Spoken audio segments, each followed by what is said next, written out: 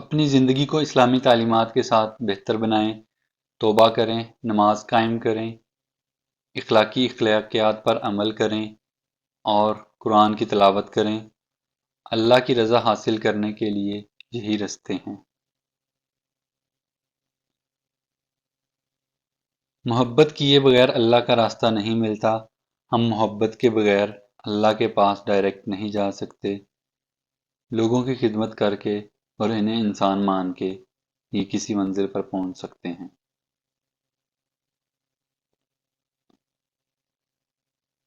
جب دل نہ کرے نہ نماز پڑھنے کا تو صرف حاضری لگانے ہی چلے جایا کرو۔ اسے بتایا کرو دل نہیں ہے، تھکا ہوا جسم ہے، مگر تیری محبت میں آئے ہیں میرے اللہ۔ کبھی کبھار ہمیں اللہ تعالیٰ کے فیصلے ٹھیک نہیں لگتے اور ہم اس سے ناخوش ہوتے ہیں، لیکن وقت کے گزرتے گزرتے ہمیں سمجھ میں آتا ہے کہ اللہ تعالیٰ کے فیصلے بہترین ہوتے ہیں۔ اس دنیا میں سب سے بڑی خیر مثبت سوچ ہے اور دنیا کا سب سے بڑا شر منفی سوچ ہے۔ یہی میری زندگی کی آخری دریافت ہے۔ ہم لوگ ضرورت کے وقت ضرورت مند بن جاتے ہیں، ضرورت ختم ہوتے ہی غیرت مند بن جاتے ہیں، لیکن کبھی احسان مند نہیں بنتے۔ اور دل توڑنے کی معافی تو خدا سے بھی اس وقت تک نہیں ملتی جب تک وہ بندہ معاف نہ کرے جس کا تم نے دل دکھایا۔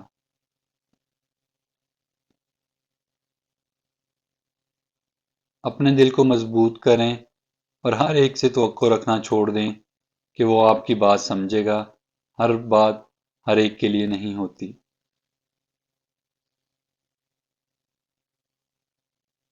سجدوں میں گرنے سے پہلے ان لوگوں کو گلے لگائیں جو آپ کی وجہ سے اذیت میں ہیں، کیونکہ دل آزاریاں معاف نہیں ہوتی۔ انسان ہر چیز کے بغیر رہ سکتا ہے، لیکن انسان اپنے دکھ اللہ کو بتائے بنا نہیں رہ سکتا، کیونکہ اللہ ہی تو سکون عطا کرتا ہے۔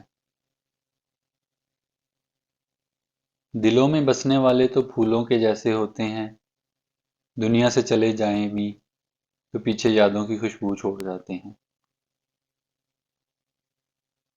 ایک حد کے بعد تو انسان سب کچھ چھوڑ دیتا ہے، روٹھنا، شکایت اور گلے شکوے کرنا، منانا، اور پھر دل تو ایسے ہو جاتا ہے کوئی بات کرے بھی تو ٹھیک، کوئی نہ کرے بھی تو ٹھیک۔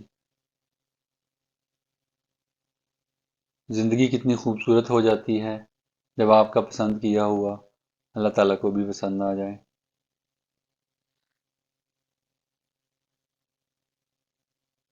اگر آپ نظر انداز کرنے کے ماہر نہیں ہیں تو آپ بہت کچھ کھوئیں گے، سب سے پہلے اپنا سکون اور اطمینان۔ جو تمہارے نصیب میں نہیں وہ تمہیں ملے گا بھی نہیں، چاہے وہ تمہارے دو ہونٹوں کے درمیان میں ہی کیوں نہ ہو۔ خاموش رہو، صرف خدا ہی تمہارے دل کا بوجھ ہلکا کر سکتا ہے۔ کسی کا بھلا نہ ہو سکے تو برا بھی مت کریں۔ دنیا کمزور ضرور ہے مگر دنیا بنانے والا نہیں۔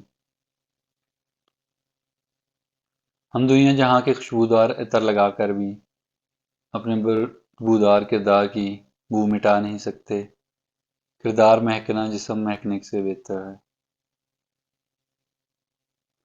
ہو سکتا ہے آپ کو لگتا ہو کہ اللہ نے آپ کو بہت ساری ایسی نعمتیں دی ہیں جو دوسروں کے پاس ہیں، لیکن اللہ نے آپ کو بہت سی ایسی آزمائشوں سے بھی نہیں گزارا جس سے دوسروں کو گزارا ہے۔ تو حالات جیسے بھی ہوں شکر ادا کرتے رہیں۔ غلط فہمی چھوٹی ہو یا بڑی اتنی زہریلی ہوتی ہے کہ سالوں کے سنہرے پل کو خاک میں ملا دیتی ہے۔ امید کرتا ہوں آپ کو آج کی ویڈیو اچھی لگی ہوگی۔ ویڈیو کو لائک اور شیئر کرنا نہ بھولیے گا اور چینل کو سبسکرائب ضرور کیجیے گا۔ جزاک اللہ۔